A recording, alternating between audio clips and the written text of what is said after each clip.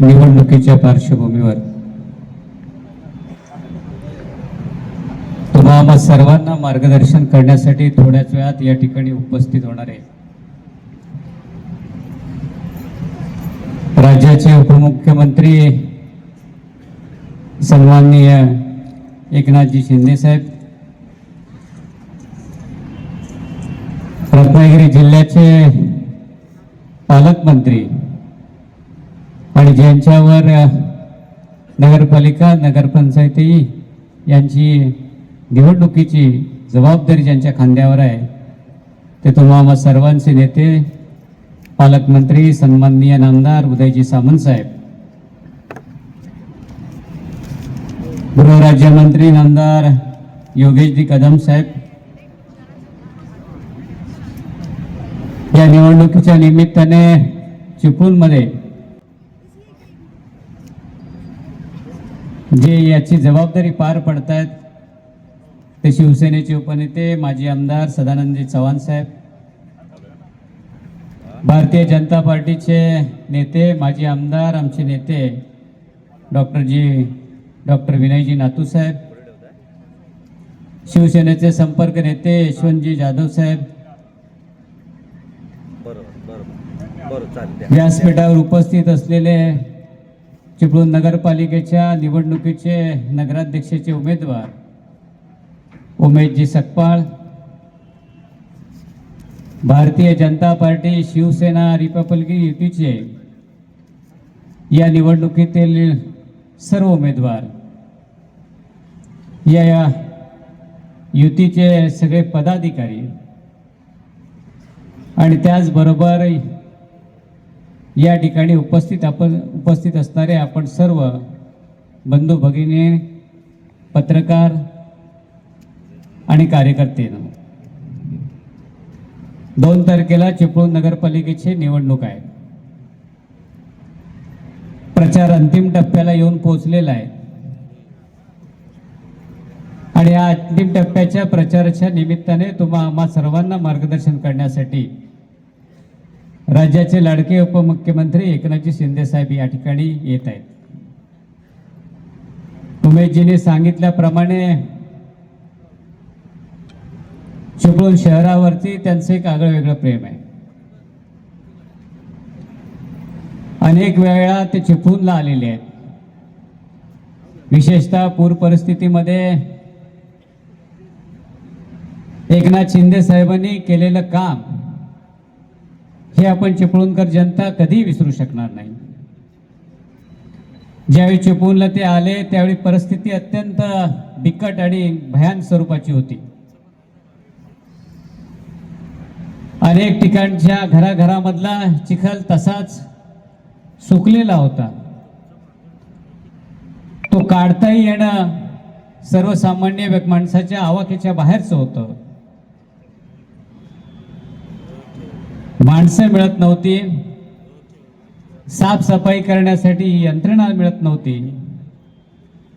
अशा परिस्थितीत शिंदे साहेब आले,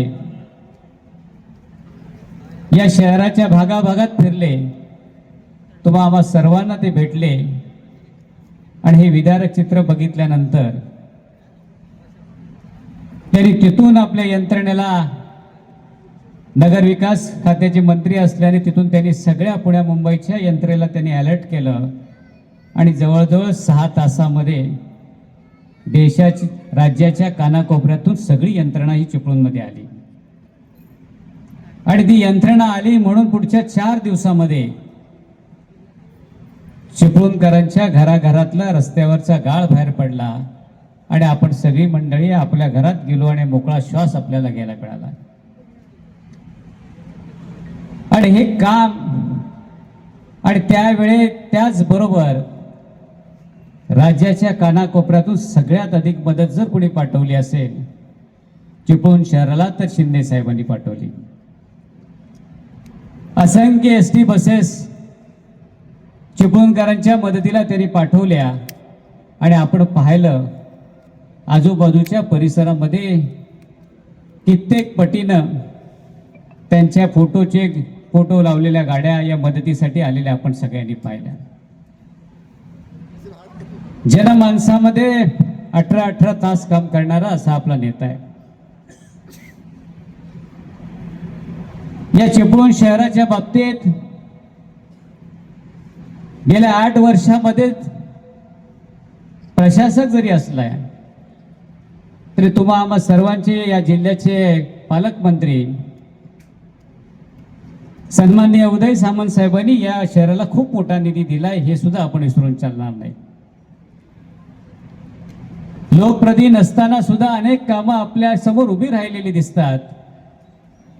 याचं श्रेय पालकमंत्री उदय सामंत साहेबांना आणि उपमुख्यमंत्री किंवा त्यावेळेचे मुख्यमंत्री एकनाथ शिंदे साहेबांना आपण द्यायला पाहिजे. आज आपण पाहिलं तर वाशिष्ठी नदीतला गाळ काढण्याचं काम असो,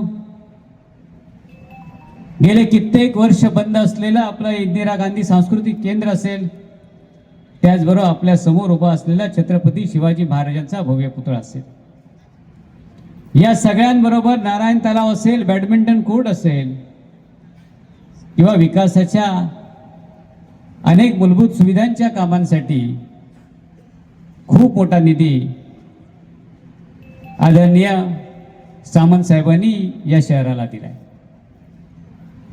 आज त्यांच्या नेतृत्वाखाली या शहराची निवडणूक शिवसेना भारतीय जनता पार्टीचे आमचे सगळे उमेदवार लढवत आहेत. आज आपण पाहिलं असेल की या निवडणुकीमध्ये नगराध्यक्षाचा आमचा चेहरा उमेशजी सकपाळ असतील, एक सर्वसामान्य कुटुंबातला एक चेहरा आहे. अगदी शून्यातनं इथपर्यंत प्रवास केलेला असा आमचा हा सहकारी आहे. नगरसेवक असताना पुन्हा तो जसा होता तसाच आज नगराध्यक्षाच्या उमेदवारामध्येही, नगराध्यक्षाचा उमेदवार असतानाही तो तसाच आहे.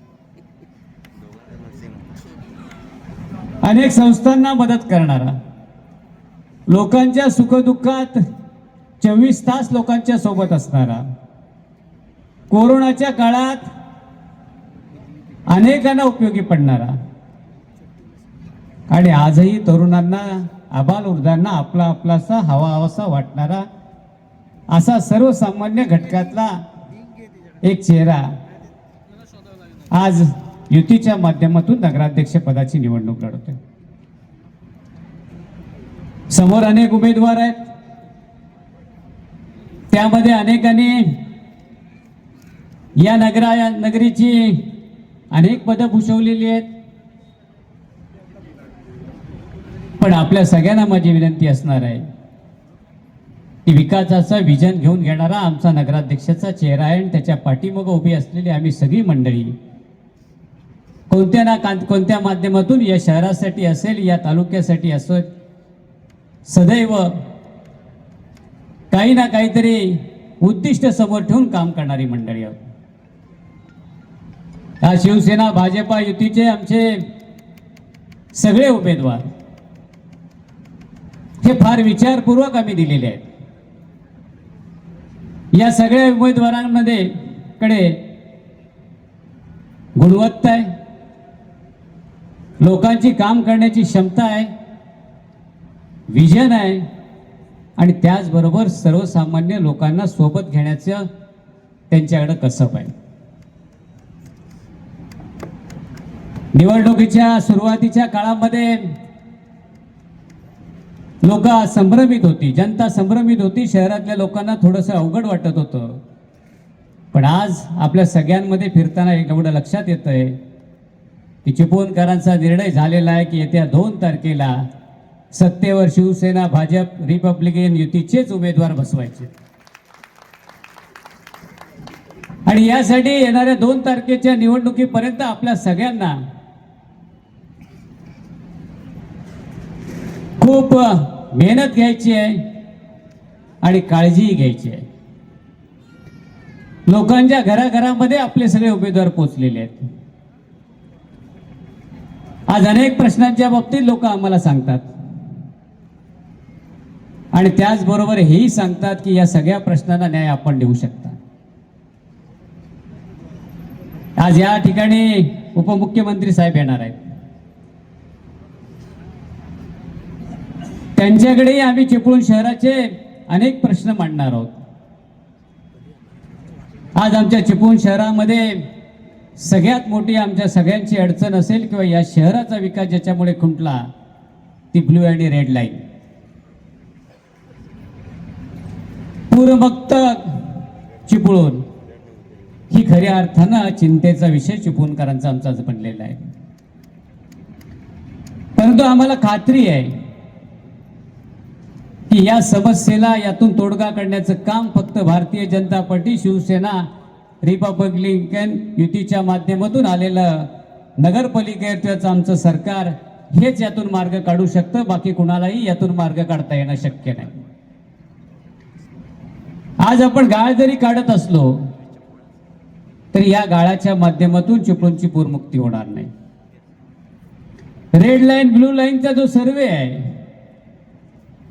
त्या सर्वेच्या माध्यमातून पुन्हा एकदा सर्वेक्षण करण्याची आवश्यकता आहे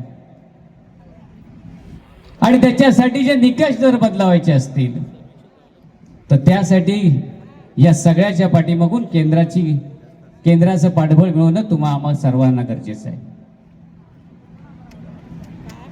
या प्रचाराच्या दरम्यान राज्याचे अनेक नेते या प्रचारामध्ये आले. मग भारतीय जनता पार्टीचे आले, शिवसेना युतीचे उमेदवार आले, नेते आले आणि या सगळ्या मंडळींनी शहरात फिरत असताना लोकांनी सांगितलं की आमचा हा रेड लाईन ब्लू लाईनचा प्रश्न मार्गी लावा. कारण या शहराची वाढ पूर्णपणे खुंटलेली आहे. या शहराला जर वाढायचं असेल, या शहराची जर पुन्हा नव्यानं जर शहर पुढे प्रगतीकडे घेऊन जायचं असेल तर हा प्रश्न निकालीशिवाय काढल्याशिवाय आमच्या शहराला पुढे चालना मिळू शकत नाही. हा सगळे व्यापार ठप्प आहेत, बांधकामं ठप्प आहेत, नवीन कुठल्याच पद्धतीची डेव्हलपमेंट आमच्याकडे होत नाही.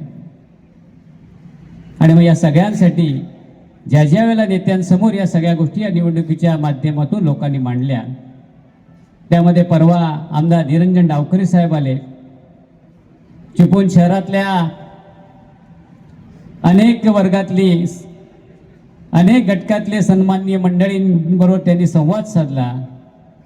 त्यावेळी प्रकर्षाने ज्यावेळी ही या प्रश्नांची तीव्रता डावखरे साहेबांना जाणवली, त्यांनी लागोलग मुंबईत गेल्यानंतर याबाबत मुख्यमंत्री देवेंद्र फडणवीस साहेबांना याबाबत अवगत केलं आणि त्याच दिवशी प्रचाराची सभा बदलापूरला होती आणि त्या सभेमध्ये मुख्यमंत्री साहेबांनी सांगितलं की याबाबतची ब्लू आणि रेड लाईन ही सगळ्या अख्ख्या महाराष्ट्राची समस्या आहे आणि त्या समस्येवर मार्ग काढण्यासाठी आम्ही नव्या पथकाची, नव्या चौकशी समितीची, नव्या समितीची स्थापना करतोय. ही समिती पुन्हा फेर सर्वेक्षण करेल आणि त्या माध्यमातून प्रत्येक शहरावरती असलेली रेड लाईन ब्लू लाईन कशी हटवता येईल याबाबतचा विस्तृत आराखडा सादर करून त्या माध्यमातून राज्यातून आणि केंद्रातून या प्रश्नाला कायमस्वरूपी न्याय कसा देता येईल अशा पद्धतीचा प्रयत्न राहील. याचबरोबर आपल्या शहराचे अनेक प्रश्न आपल्याला आहेत. आज मी आपल्याला या ठिकाणी निश्चितपणे सांगू शकतो की नगरपालिकेमध्ये जाणारा आमचा प्रत्येक नगरसेवक हा पक्षाशी आणि आमच्याशी बांधील असेल. पक्षाने आखून दिलेली कामं, पक्षाने लोकांसमोर दिलेला अजेंडा हा पूर्ण करण्याची प्रामाणिकपणे त्याने प्रयत्न करावेच त्याला लागतील आणि नाही झाले तर पक्ष त्याच्यासाठी ते करून घेण्यासाठी जबाबदार आहे. हा शब्द या निमित्ताने आपल्या समोर आम्ही देतो. आज अनेक प्रश्न आहेत. मूलभूत प्रश्न जरी आपले असले तर त्याबरोबरच या विकासाच्या प्रश्नांनाही आपल्याला हात घालायला लागेल. पुढच्या भविष्यातल्या प्रश्नांसाठी काम करावं लागेल आणि त्यासाठी शहर वाढणं गरजेचं आहे. या शहरातले तरुणांचे प्रश्न असतील, बेरोजगारांचे प्रश्न असतील, महिलांचे प्रश्न असतील, या प्रश्नाबरोबर हे शहर अधिक ताकदीनं कसं उभं राहील आणि त्या माध्यमातून आमच्या आजूबाजूला अनेक प्रकारचे रोजगार कसे निर्माण होतील यासाठी हे शहर स्मार्ट सिटी म्हणून बनवणं हेही आमचं काम आहे. भारतीय जनता पार्टीच्या माध्यमातून यासाठी संपूर्ण महाराष्ट्रातल्या नगरपालिका पंचायतींसाठी 7 कलमी राजपत्री मार्ग दिलेला आहे. आणि पक्षाने जाहीरपणे लोकांना आश्वासित केलेलं आहे की या 7 गोष्टींच्या माध्यमातून प्रत्येक सिटी स्मार्ट सिटी करण्याचा भारतीय जनता पार्टीचा संकल्प आहे. आज या ठिकाणी मान्यवरांचं आगमन होत आहे. ही सगळी मंडळी शिंदे साहेब असतील, उदय सामंत साहेब असतील, अन्य मंत्री आहेत, यांचं विशेष चिपळूणवरती प्रेम आहे.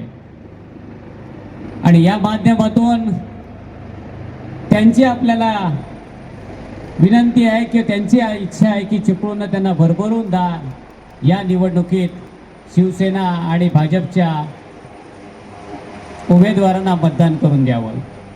आणि ते आपण सगळेजण द्याल. 2 तारखेला मतदान आहे. या 2 तारखेच्या मतदानाला नगराध्यक्षाचे उमेदवार म्हणून उमेशजी सकपाळ आहेत. त्यांची निशाणी धनुष्यबाण आहे. आणि 14 प्रभागामध्ये भारतीय जनता पार्टी आणि शिवसेनेचे जे उमेदवार आहेत त्यांची नावं या ठिकाणी मी आपल्याला वाचून दाखवतो. नगराध्यक्ष पदाचे जे उमेदवार आहेत ते उमेश धोंडीराम सकपाळ यांची निशाणी आहे धनुष्यबाण. प्रभाग क्रमांक 1चे आमच्या उमेदवार आहेत नगरसेवक पदाच्या, त्यांचं नाव आहे प्रतीक्षा प्रवीण हरवडे. त्यांची निशाणी आहे धनुष्यबाण. त्याचप्रमाणे दुसरे आमचे उमेदवार आहे श्री उदय विठ्ठल जुळे. त्यांची शिवसेना, त्यांची निशाणी आहे धनुष्यबाण. प्रभाग क्रमांक 2 मध्ये शिवसेनेच्या पक्षाचे नगरसेवक पदाचे उमेदवार आहेत फैसल गफार मेमन. त्यांची निशाणी आहे धनुष्यबाण. प्रभाग क्रमांक 3च्या भारतीय जनता पार्टीच्या उमेदवार आहेत रुपाली राकेश दांडेकर. त्यांची निशाणी आहे कमळ. त्याचबरोबर त्याच प्रभागामधले आमचे शिवसेनेचे उमेदवार आहेत प्रमोद सुभाष बुरटे. त्यांची निशाणी आहे धनुष्यबाण. प्रभाग क्रमांक 4 मध्ये आमचे माजी नगरसेवक मकरंद उर्फ आशिष खास्तू हे भारतीय जनता पार्टीचे उमेदवार आहेत आणि त्यांची निशाणी आहे कमळ. आणि त्याच प्रभागाच्या माजी नगरसेविका शिवसेनेच्या सुरैया मोहम्मद फकीर आहेत. त्यांची निशाणी आहे धनुष्यबाण. प्रभाग क्रमांक 5 मध्ये शिवसेना पक्षाचे उमेदवार आहेत निहार हेमंत कोळे. त्यांची निशाणी आहे धनुष्यबाण. आणि त्याच प्रभागामध्ये भारतीय जनता पार्टीच्या उमेदवार आहेत रुई धीरज खेडेकर. त्यांची निशाणी आहे कमळ. प्रभाग क्रमांक 6 मध्ये भारतीय जनता पार्टीच्या उमेदवार आहेत वैशाली मधुकर निमकर. त्यांची निशाणी आहे कमळ. आणि त्याच प्रभागामध्ये शिवसेनेचे जे उमेदवार आहेत विष्णू मधुकर लाणे. त्यांची निशाणी आहे धनुष्यबाण. प्रभाग क्रमांक 7चे उमेदवार आहेत संदीप अशोक भिसे जे भारतीय जनता पार्टीचे उमेदवार आहेत. त्यांची निशाणी आहे कमळ. आणि त्याच प्रभागातल्या आमच्या शिवसेनेच्या उमेदवार आहेत हर्षाली संदेश पवार. त्यांची निशाणी आहे धनुष्यबाण. प्रभाग क्रमांक 8 मध्ये शिवसेना पक्षाच्या उमेदवार आहेत विशाखा विजय उतेकर.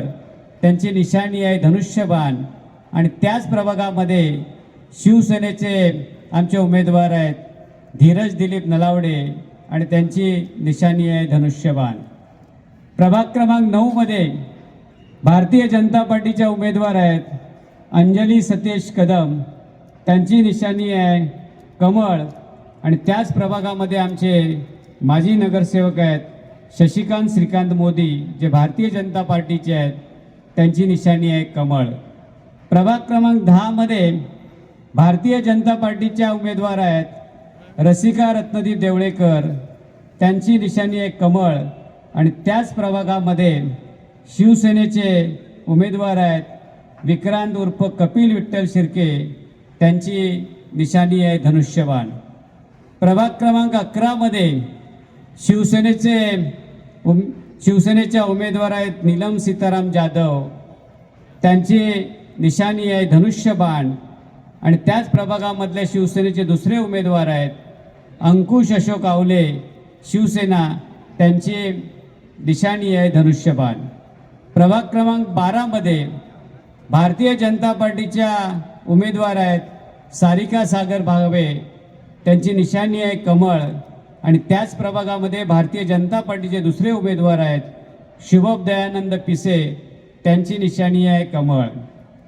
प्रभाग क्रमांक 13 मध्ये शिवसेनेचे उमेदवार आहेत गणेश सुरेश आगरे, त्यांची निशाणी आहे धनुष्यबाण. आणि दुसऱ्या सुद्धा शिवसेनेच्या उमेदवार आहेत पल्लवी मोहन माडिक, त्यांची निशाणी आहे धनुष्यबाण. आणि प्रभाग क्रमांक 14 या प्रभागामध्ये भारतीय जनता पार्टीच्या उमेदवार आहेत शीतल स्वानंद रानडे, त्यांची निशाणी आहे कमळ.